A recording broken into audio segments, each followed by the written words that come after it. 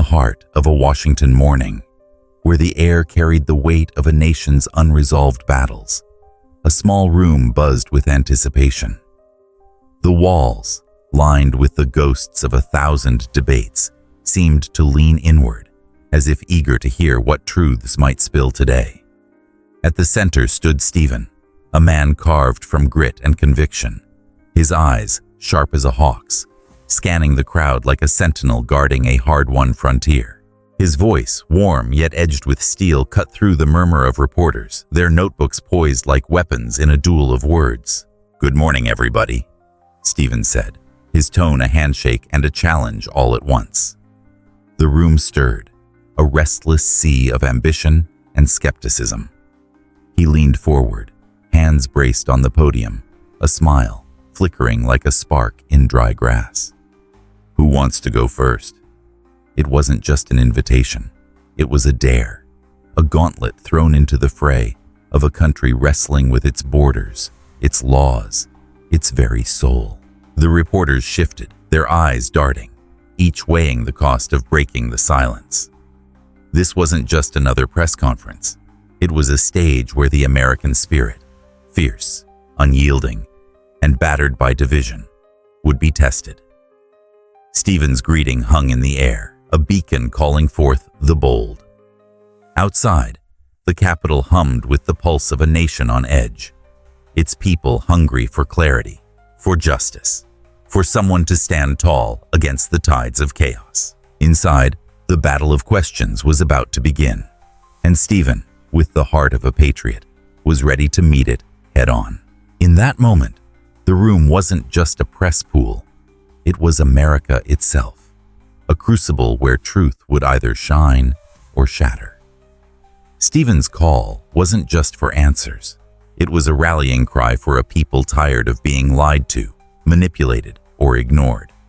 The stage was set, the players poised, and the story of a nation's fight against overreach was about to unfold.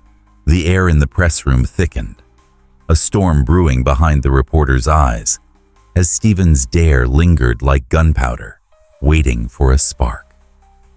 A woman in the front row, her pen tapping a restless rhythm, rose with the poise of someone who'd faced down titans before. Her voice, steady but laced with urgency, sliced through the hum. "Stephen, does the administration plan to ramp up deportations to El Salvador? How many people do you want them to take?" The question wasn't just words. It was a flare, lighting up the raw nerve of a nation grappling with its borders and its conscience. Stephen's jaw tightened, but his gaze held firm, unflinching as a soldier staring down a battlefield. He leaned into the podium, the weight of 1,000 sleepless nights etched into his face. Nights spent wrestling with the cost of defending a country, stretched thin by threats within and without. "There's no cap on it," he said, his voice a low rumble, deliberate, like a judge handing down a verdict. "We're talking thousands, Nicaraguan gang members, their affiliates, their shadows, anyone tied to foreign terrorist organizations like MS-13. They're not just names on a list. They're a cancer we're cutting out, and El Salvador is one of many places they'll go." The room erupted in whispers, pens scratching furiously, as if trying to capture the heat of his words before they burned away. Stephen didn't flinch. He stood taller, a lone oak in a storm, his conviction a shield against the skepticism swirling around him. This wasn't just policy. It was a stand, a line drawn in the sand for a nation tired of watching its safety erode under the weight of unchecked borders. The reporters sensed it. This was bigger than El Salvador, bigger than numbers. It was about sovereignty, about a people demanding their home be a sanctuary, not a battleground. Outside, beyond the room's claustrophobic walls, America listened. Families in border towns, workers in Rust Belt diners, parents tucking kids into bed, with prayers for a safer tomorrow. Stephen's words weren't just for the press. They were a promise to them, a vow that the abuse of open borders, the arrogance of those who'd exploit a nation's generosity, would be met with iron resolve. The questioner sat down, her face unreadable, But the tension in the room coiled tighter, a spring ready to snap. The fight for truth had escalated, and Stephen was ready for the next blow. The press room pulsed with a restless energy, the echoes of Stephen's vow to purge threats still ringing like a battle cry. The reporters, their faces a mix of hunger and doubt, leaned forward, sensing blood in the water. A man in the second row stood, his voice sharp, cutting through the charged silence. "Stephen, is the president asking President Bukele today to send Franco Garcia back to the U.S.?" From the name, Franco Garcia, landed like a stone in still water, ripples of recognition spreading across the room. It was no ordinary question. It was a probe, a challenge to unearth the human cost behind the policy. Stephen's eyes narrowed, but not with fear. There was a glint of defiance. A man who'd seen too many half-truths peddled as gospel.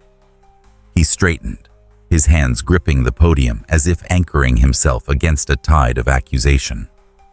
"Let's be crystal clear," he said, his voice slow, deliberate, each word a brick in a fortress of truth.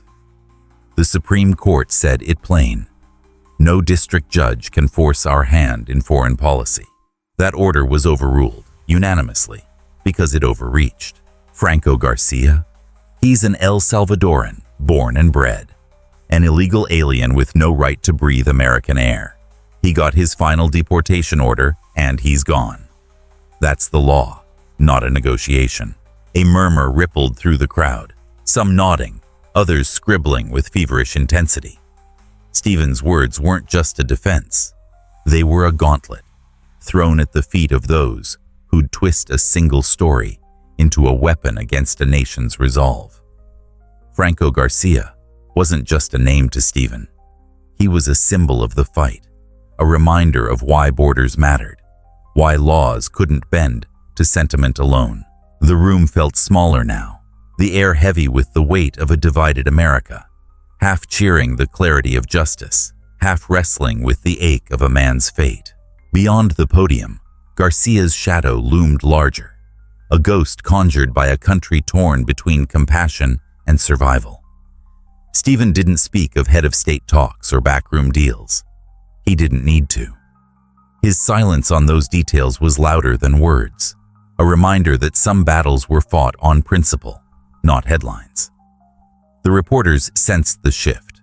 This wasn't just about one man, but about a nation deciding what it owed to those who broke its laws versus those who bled to uphold them. The questioner sat, unsatisfied but silent, as the room braced for the next strike, the saga of truth and power barreling forward like a runaway train. The press room simmered, the ghost of Franco Garcia still haunting the air as Stephen stood resolute, his silhouette a bulwark against the storm of scrutiny. The reporters, their pens poised like daggers, sensed a crack in the narrative they'd been fed, a chance to pry open the administration's armor. A voice rose from the back, bold and accusing, slicing through the tension. "Stephen, the media's saying Garcia's deportation was a mistake. How do you answer that?" It was less a question than a trap, baited with the weight of public doubt, designed to unravel the certainty he'd built. Stephen's lips curled into a half smile, not of amusement, but of a man who'd seen this play before. The media's sleight of hand, turning facts into fog. He leaned forward, his voice a blade, sharp and unyielding. "A mistake. Let's burn that lie to the ground right now," he said, each syllable a hammer-striking anvil. Franco Garcia is El Salvadoran, an illegal alien sent back to his homeland. No one was mistakenly deported. The only error was a lawyer's sloppy line in a filing, some fool who thought he could rewrite justice with a typo. He's gone now, fired, done. But Garcia? He's exactly where he belongs. The room froze, the reporters caught off guard by the ferocity of his clarity. Stephen's words weren't just a rebuttal. They were a torch, searing through the haze of half-truths that had clouded the story. He scanned the crowd, his eyes daring anyone to challenge the bedrock of his logic. "You want to talk mistakes?" He pressed, his voice rising, a preacher calling sinners to account. "Tell me, where else do you send an El Salvadoran with no right to be here? Canada, Japan, the moon? He's home, and that's the truth you've all been dodging." Outside these walls, America wrestled with the echo of his words. In small-town bars, in city apartments, in the quiet of homes, where trust in institutions had worn thin. The media's narrative, painting Garcia as a victim of error, crumbled under Stephen's relentless truth. This was no accident, but a deliberate act of a nation reclaiming its sovereignty. The reporters scribbled, some with grudging respect, others with frustration, knowing the story they'd wanted, a tale of bureaucratic failure, was slipping through their fingers. Stephen stood taller, unbowed, the embodiment of a people fed up with being gaslit, ready to face whatever came next in this unrelenting clash of wills. The press room crackled with the aftershocks of Stephen's fiery rebuke, the air thick with the scent of ink and defiance. The reporters, momentarily stunned by his dismantling of their narrative, regrouped like wolves circling a lone defender. A new voice, measured but persistent, rose from the crowd, its tone probing deeper into the wound of Franco Garcia's story. "Stephen, didn't a judge order 5 years ago that Garcia not be deported to El Salvador?" The question hung like a blade, glinting with the promise of contradiction, daring Stephen to falter in the face of legal ghosts. Stephen's eyes flashed, not with anger, but with the clarity of a man who'd studied the battlefield of law and emerged unscarred.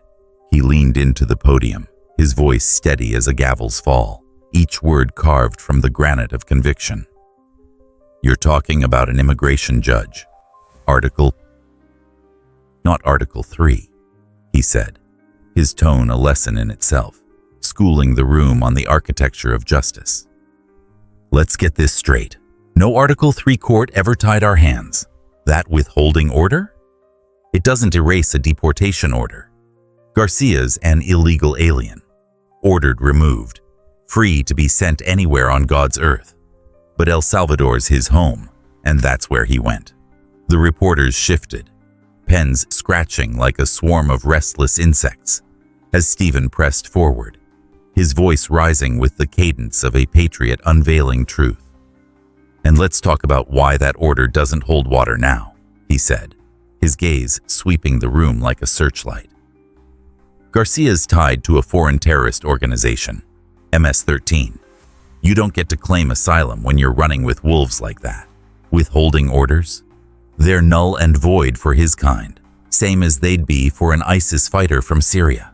And that rival gang he cried about, the 18th Street, wiped out in El Salvador.